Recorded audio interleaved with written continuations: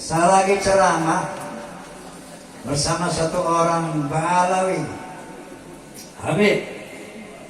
Tempatnya di Masjid Ar-Rahmah, Tebet Timur, Jakarta Selatan. Nanti boleh cek nanti itu, ya.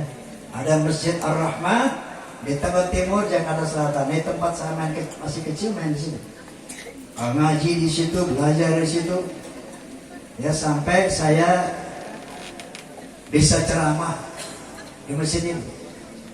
Satu saat ada acara maulid kayak begini.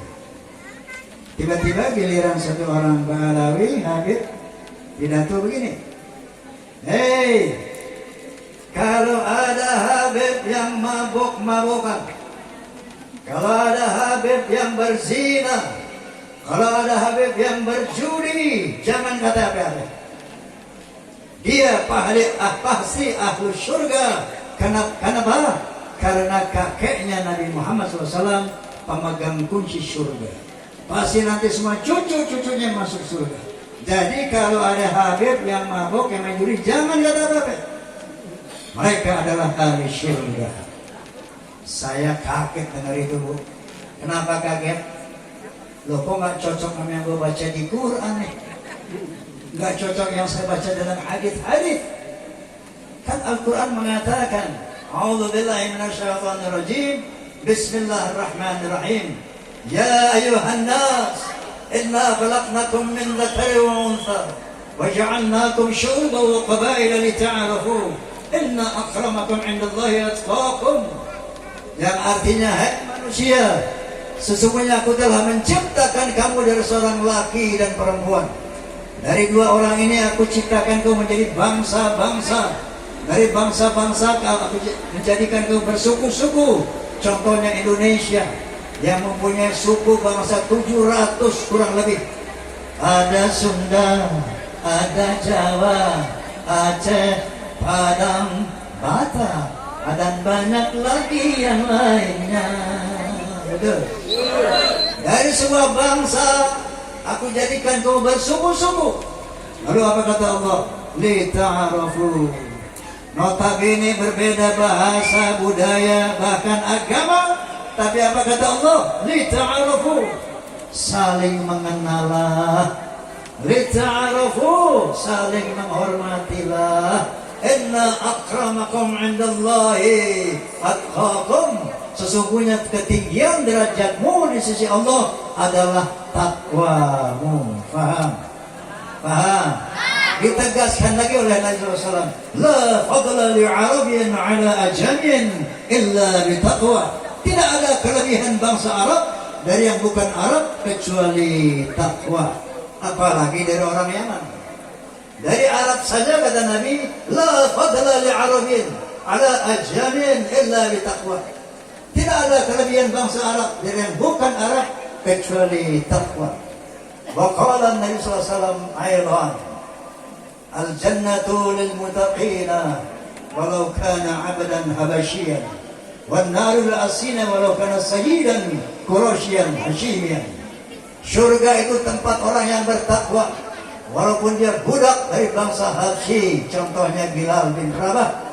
Dia budak tapi direkomend oleh Nabi, dia adalah ahli surga.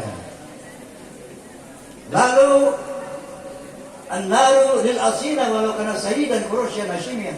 Dan neraka itu buat orang-orang yang ahli maksiat walaupun dia sayyid, bangsa Quraisy, Bani Hashim dan sebagainya. Jadi tidak ada yang namanya zuriyah Nabi itu pasti masuk surga, tidak ada. Paham? Bahkan Nabi menegaskan dengan tegas sekali, "Lau anna Fatimah bint Muhammadin sarqat la qata'tu yadaha."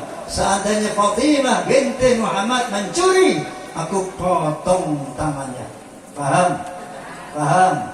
Jadi ketinggian manusia di sisi Allah hanya takwa semata-mata. Coba kita lihat dalam Al-Quranul Karim. Anak Nabi aja masuk neraka. Nabi siapa? Nabi Nuh.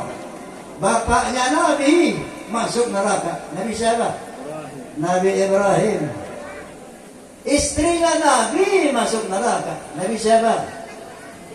Nabi Lut. pamannya Nabi Abu Jahal Abu Lahab masuk neraka. Lalu Allah siapa? Hei, hei, ente siapa? Masya Allah. Nah ini akhirnya saya terpanggil untuk merenungkan ini. Setelah saya bicara begitu, saya dipanggil besoknya sama seorang ba'alwi sepuh, satu alim. Dipanggil, Oma, ente ngomong apa kemarin di masjid? Saya jelasin, begini Beb, karena ada satu habib ngomong begini. Kemudian saya counter, saya bantah Beb dengan qala ta'ala bla bla bla bla, qala nabi bla bla bla bla. Mohon koreksi Beb. Apa yang ente bilang benar, enggak salah. Tapi ane mohon dengan hormat, jangan ucapan itu diulang-ulang lagi di mana-mana. Jangan ngomong lagi kayak begitu, karena tidak bagus untuk ukhuwah Islamiyah. Ini pesan Habib sepuh itu. Dari situ baik, insya Allah saya simpan di perut saya sampai 50 tahun. Walaupun selama 58 tahun itu saya melihat khurafat-khurafat yang mereka tebarkan, saya tahan. Saya melihat khurafat yang mereka tebarkan, seperti contoh itu yang namanya Imamul Faqih Muqaddam bisa mi'raj 70 kali satu malam. Sementara Nabi Muhammad hanya diizinkan Allah 1 kali seumur hidup. Ini betul-betul penghinaan terhadap Nabi SAW.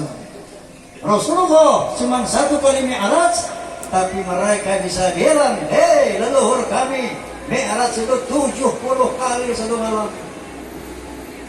Ada yang bilang juga, leluhur kami bisa memadamkan api neraka dengan kelingking. Leluhur kami bisa menurunkan rantai emas dari langit. Macam-macam khurafat. Saya tahan, Masya Allah. Kok makin rusak ini akhlak ini. Sampailah satu saat saya membaca tesis Kiai Haji Imaduddin Utsman yang sangat mengejutkan umat Islam, sangat mengejutkan bangsa Indonesia. Ternyata beliau ini adalah dulu yang membuat nasab Alawi nyambung kepada darah dulu. Ini yang namanya Kiai Haji Imaduddin. Saya nggak kenal beliau, nggak kenal. Begitu saya dengar di YouTube penjelasannya, saya amati. Menurut beliau, yang namanya Ubaidillah, yaitu yang namanya zuriyah Nabi yang diakui oleh kelompok Ba'alawi ini adalah turunan Ahmad bin Isa. Ahmad bin Isa ini turunan Nabi asli yang ke-8. Namanya Ahmad bin Isa. Ya. Itu menurut penelitian beliau dari abad ke-4, abad ke-5, abad ke-6, abad ke-7, abad ke-8, abad ke-9 awal, Ahmad bin Isa hanya punya anak 3, yaitu Muhammad, ya, kemudian Ali dan Husain. 3. Abad 4, 5, 6 sampai 9, anak Muhammad bin Isa hanya 3, yaitu Muhammad, Ali dan Husain.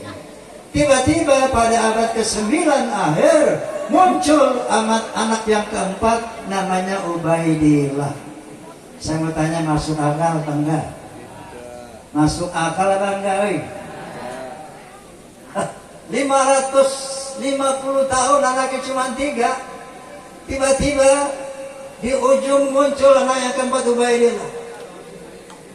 Nah ini yang pertama. Kedua, tidak hanya Kiai Imaduddin yang meneliti nasab, bahwa ada Kiai Nur Ihya juga peneliti nasab menyatakan yang sama, bahwa Ubaidillah bukan zuriyah Nabi SAW. Ada juga Kiai Ibadillah dari Rembang, ya, juga menyatakan bukan. Ada juga Kiai siapa itu, Masya Allah, udah banyak yang meneliti. Ternyata yang namanya nasab Alawi terputus dari beberapa orang kiai.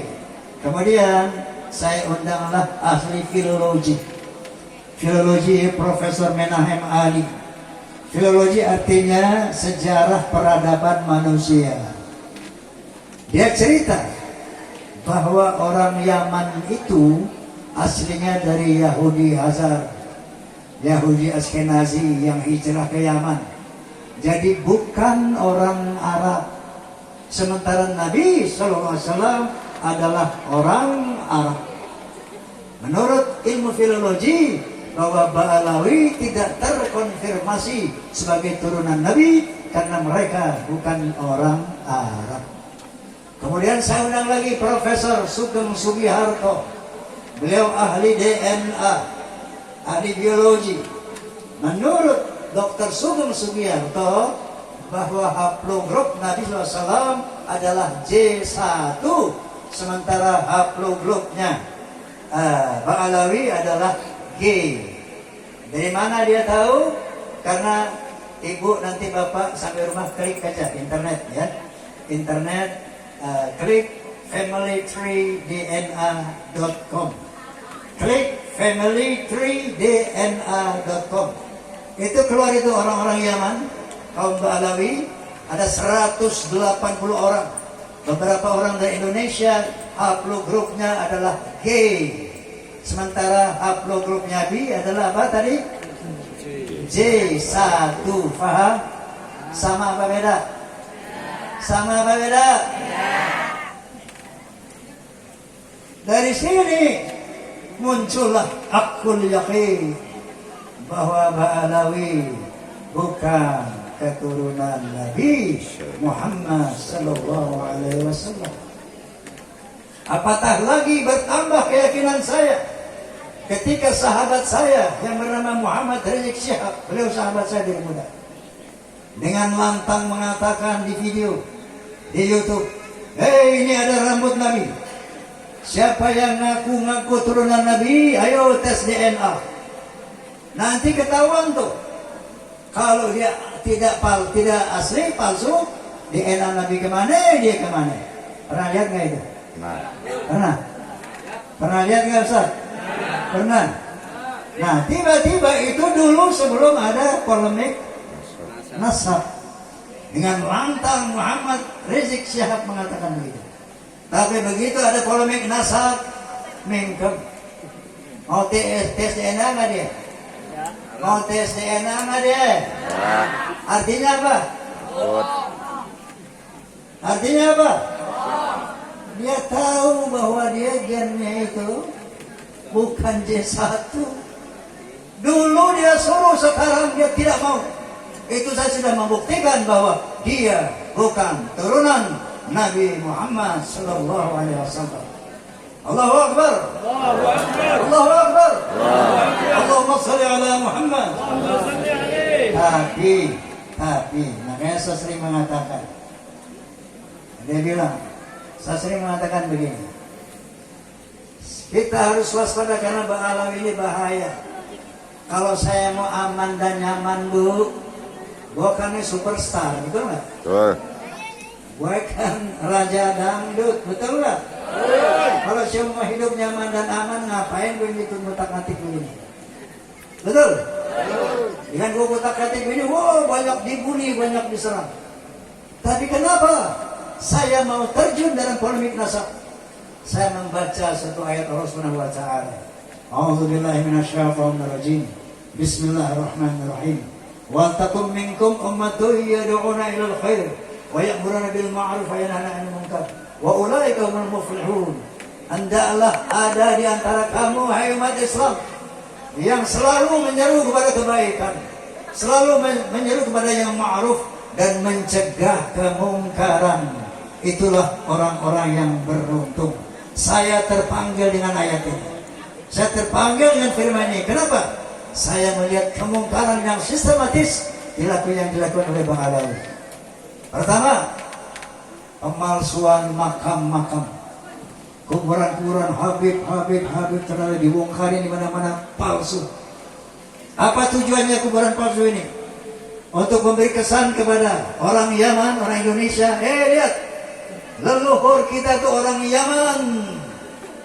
Nanti orang-orang dari Yaman berbondong-bondong ke Indonesia. Oh, di sana itu Indonesia itu ternyata milik orang Yaman. Lihat tuh kuburan-kuburan kakek kita, kuburan-kuburan leluhur kita, masukin kuburan. Yang kedua, memasukkan sejarah Indonesia. Pahlawan-pahlawan Indonesia diklaim semuanya Ba'alwi. Diponegoro itu adalah Habib. Imam Bonjol Habib. Tengku Cik Ditiro Habib. Bahkan Jenderal Sudirman dibilang Habib. Semua pahlawan Indonesia diklaim. Membelakan sejarah. Kemudian ada lagi yang provokasi-provokasi, agitator-agitator. Asah pedang, asah golok. Di sana ada perang, ayo kita perang. Maunya perang aja. Mengadu domba umat Islam pribumi. Kalau lu pada ngasah golok, lu mau tanya, yang perang siapa? Yang perang siapa? Sesama pribumi, bukan Miba Alawi, bukan. Nanti mereka yang memetik hasilnya.